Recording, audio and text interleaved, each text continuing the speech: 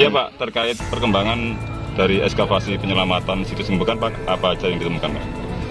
Ya, saya baru mengikuti ekskavasi tahap 2 di Gembekan pada hari ini. Dan beruntung karena pada hari ini ada teman-teman yang baru dan menarik sekali. Tadi pagi kita mendapatkan data baru berupa artefak berbahan dasar perunggu yang pada tahap awal itu ditemukan satu bagian yang ternyata setelah dibersihkan itu merupakan sebuah pegangan. Pegangan itu dalam bahasa Jawanya pegagang ya. Gagang. Nah, tapi bukan gagang untuk senjata. Ini pegangan, dan yang menarik sekali karena pegangan itu ternyata tidak polos, tapi dia mempunyai ornamen. Ornamennya mengarah kepada sosok yang tampak seperti kepala gajah, ada belalainya, kemudian duduknya seperti Ganesha. Jadi mungkin Ganesha mungkin. Ya, selang beberapa menit kemudian ternyata kawan-kawan di tim ekskavasi menemukan lagi artefak yang berupa lempeng perunggu juga, masih penuh dengan patina atau penuh dengan karat untuk logam perunggu itu, warnanya hijau sekali. Kemudian kita bersihkan itu dan ternyata dia adalah bagian dari artefak yang tadi ditemukan pertama. Jadi awalnya temukan pegangan, kemudian ditemukan berikutnya adalah bagian atasnya. Jadi kalau gambaran lengkapnya itu ada bagian yang melingkar begini, lempeng, kemudian ada pegangan di bagian bawahnya. Nah, ini adalah artefak yang dalam bahasa Jawa kuno disebut sebagai darpana. Darpana itu bahasa modernnya ya cermin. Timbul pertanyaan kalau orang kita, kok cermin bahannya perunggu itu bagaimana?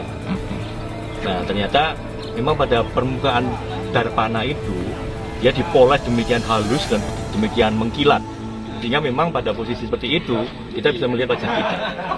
Jadi cermin pada masa Jawa kuno itu bukan menggunakan bahan silika atau menggunakan kaca, tapi menggunakan logam yang dipoles atau di slab gitu ya, sangat halus sehingga tidak ada pori-porinya dan bisa memantulkan wajah kita.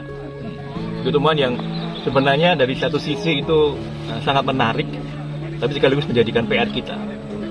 Karena dalam sejarah penemuan benda-benda di dalam perigi atau semuran sebuah candi, baru kali ini kita mempunyai data berupa temuan darpana di dalam perigi. Jadi kita membutuhkan kajian lagi apakah ini sebuah anomali atau satu hal yang aneh, atau memang bisa diterima sebagai satu kewajaran.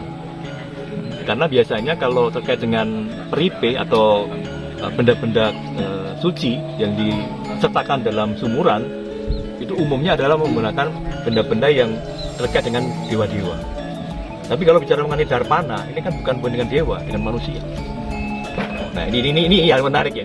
Satu sisi kita senang mendapatkan data baru itu, sekaligus menjadi pekerjaan rumah ini. Ini lazim atau tidak gitu.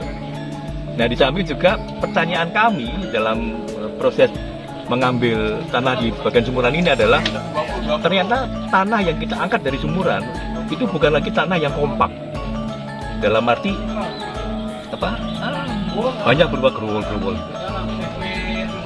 Nah, itu yang terpenting dari hari ini itu temuan. Pak, ini mungkin terkait denah candi ya mungkin Pak ya, denah candi, terus mungkin itu aliran apa, corak apa, dan mungkin bisa dihubungkan dengan prasasti kemarin yang ditemukan Pak.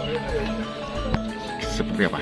Kalau denah kita sudah dapatkan ya, apalagi dengan menggunakan foto drone ya, sudah kenal udah dronenya itu. Tapi kalau kita mau hubungan dengan keberadaan prasasti sendiri, bagi saya pribadi memang kita harus lakukan pembuatan saya mengistilahkan sebagai jembatan ya, bridging ya. Jadi bangunan yang ada dengan keterangan yang ada dalam teks prasasti itu kita tidak boleh serta-merta langsung diklaim itu pasti ini itu nanti dulu. Pak, namanya kan sudah ditemukan, bisa dijelaskan Pak nama dari situs ini? Nama situsnya ya sementara ini kita mau main nama Gembekan itu situsnya. Enggak, nama sesuai dengan seperti yang belum. Nanti ada rilis sendiri itu. Kemarin sudah dijelaskan di salah satu YouTube-nya BPJT. Kenapa nggak disebutkan ke kita? Coba disebutkan Pak nama dari ini Pak. sedikit aja lah Pak, mungkin sesuai yang kemarin di ini. Nah, kalau nama isunya memang belum ya, kita masih kaji itu. Hanya yang jelas bisa di cover adalah terkait dengan Gemekan, itu nama desa sekarang. Tapi sebenarnya bukan Gemekan loh yang tepat, itu Kedawung ini. Kan dusunnya Kedawung dusunnya. Iya. Iya. Nah, namanya masa nggak disebutkan? belum nanti ya. Nanti kita wait dulu. Ya. Pak, ini kan sudah ditemukan sudut-sudut dari pagar. Nah, indikasinya BPJP juga belum menemukan mana sih pintu masuknya itu. Ya, itu jadi perhatian kita.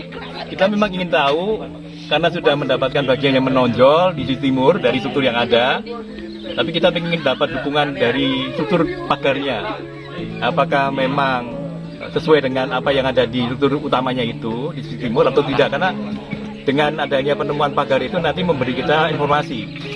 Pagar itu ada berapa lapis, kemudian arah jamaah itu kalau mau datang ke sini dari mana itu kita perlu cari itu. Sejauh ini belum ketemu itu. Walaupun sisi timur sudah kita coba buka tapi belum mendapatkan gejala untuk pasti ini yang diperkirakan pintunya belum dapat. Pak, soal sumuran, apa memang itu tempat untuk beripih saja atau memang benda-benda lain seperti darpana ini? Umumnya kalau dalam konteks sumuran memang intinya adalah untuk menempatkan peripih ya, peripih atau benda-benda sakral yang disertakan pada awal pembangunan sebuah candi. Intinya itu, jadi dari kajian dilakukan oleh para ahli arkeologi sejak dulu itu ya memang sumuran untuk itu. Bukan benda-benda lain selain peripih? Iya. Intinya itu yang paling pokok. Jadi misalnya bisa dilihat nanti kalau mau baca disertasi dari Sukmono, beliau mengkaji banyak sekali sumuran dan data yang beliau sampaikan itu rata-rata memang terkait dengan peripih sendiri ya, terkait dengan simbol-simbol para dewa, itu yang utama itu. Apa artinya penemuan darpana di Sumber itu suatu hal yang lazim atau tidak? Nah itu yang lagi kita bicarakan itu menarik sekali. Jadi kita perlu kaji itu, apakah memang bisa lazim atau kita yang kaget aja kan gitu.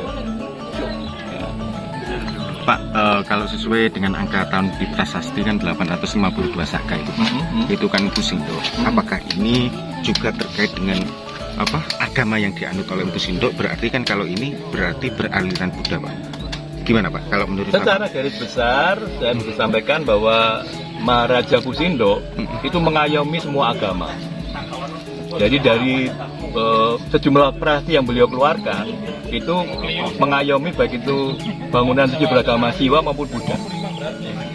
Kalau saya menangkapnya dari sisi itu, toleransi Sindok memang luar biasa. Dan itu bagi saya nggak kaget. Pak, kalau masa itu di Jawa Timur paling banyak agama apa? Kalau bicara paling banyak nggak bisa. Karena apa? Yang perlu kita pahami, sejak Medang di Jawa Tengah itu antara agama Buddha atau Sogata dan agama Siwa atau Hindu itu sudah rukun. Berdampingan. Ya, bahkan ada contoh seorang raja yang beragama Siwa menyumbang stupa untuk candi Buddha. Namanya Rakyat Pikatan Biasa Ladu. Itu dipahatkan di prasasti pendek di Candi Pelawasan Lor.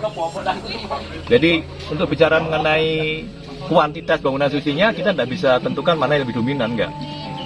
Nah memang rupa-rupanya bahkan perkembangan lebih lanjut ajaran di Jawa ini bunyinya bukan lagi Siwa saja, Buddha saja, tapi penggabungan Siwa Buddha. Kalau di sini Pak sama lebih ini di sini masih Jawa Timur. Bukan, maksudnya di Gemekan ini bisa difokuskan kalau itu apakah Buddha ataukah Hindu peninggalan di sini. Saya belum bisa berikan kepastiannya. Kita nunggu hasil kapasitas nanti. Karena memang posisi temuan itu menentukan sekali untuk kita memberikan jawaban atas latar belakang agama candi yang ada di Gemekan ini. Saya belum berani buat statement untuk itu. Sebelum nanti kita punya data arkeologi yang benar-benar mendukung sana, karena begitu cermin saya berikan, kalau terjadi kesalahan, fatal nanti. Pak, melihat temuan struktur yang tersisa ini, apakah belum bisa mengidentifikasi jika itu bangunan tertentu atau aliran tertentu, Pak, dengan struktur yang sudah ditemukan ini? Karena yang kita dapatkan tersisa bagian fondasi dan sedikit kaki. Memang nggak susah ini. Berbeda kalau temuannya seperti Klinterjo, kemudian Batu Kucur atau bahkan Pandegong, itu kan ada dukungan data arkeologi yang lain seperti ada Yoni, ada Arca, itu lebih mudah kita membuat kesimpulan. Tapi kalau untuk ini memang nggak susah ini. Sisa yang kita dapatkan itu membuat kita harus mencari terobosan. Artefak apa yang bisa menjadi acuan kita untuk klaim atau belakang agamaannya. Nah, makanya dengan adanya temuan di Sumuran itu harapannya kita bisa ungkap itu. Pak, Bapak tadi sempat menyebut jika Mpu Sento itu sangat menjunjung toleransi yang tinggi antar umat beragama. Apakah mungkin di sini itu bisa dipakai dua agama itu untuk melakukan ibadah, Pak? Kalau satu tempat untuk dua agama, menurut saya memang untuk masa Medang belum, kecuali pada masa-masa yang lebih muda, khususnya pada masa Tumapel dan Majapahit, iya. Tapi kalau di Medang belum, kita belum punya indikasi itu. Burung. Ya. Terkait Sumuran tadi kan ada temuan Darpana. Apa ada kemungkinan kalau Darpana itu pindahan dari luar Sumuran atau sisa-sisa penjara itu yang dimasukkan di Sumuran? Ada kemungkinan seperti itu? Kalau bicara kemungkinan, tentu ada kemungkinan itu. Artinya secara arkeologi kita berangkat dari data yang ada. Kalau kita mau jujur, Sumuran itu steril, maka harapannya tanahnya juga steril kan. Tapi ketika tanah dari Sumuran itu sudah teraduk, kita punya tanda tanya. Nah, tanda tanya ini yang harus kita cari jawabannya. Artinya memang tanahnya sudah teraduk ya, Pak.